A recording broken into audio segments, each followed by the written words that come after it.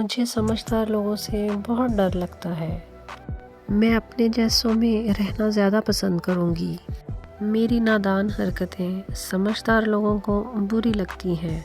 میری نادان سوچ پہ ہزار لوگ انگلی اٹھاتے ہیں۔ میں اپنے مزاج کی ہی لڑکیوں میں رہنا پسند کروں گی۔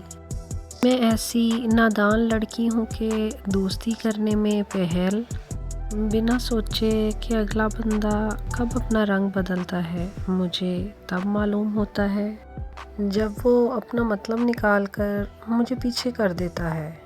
میں ایسی لڑکی نہیں جو فائدے کے پیچھے بہت سے دلوں کے احساسات کو تکلیف دے۔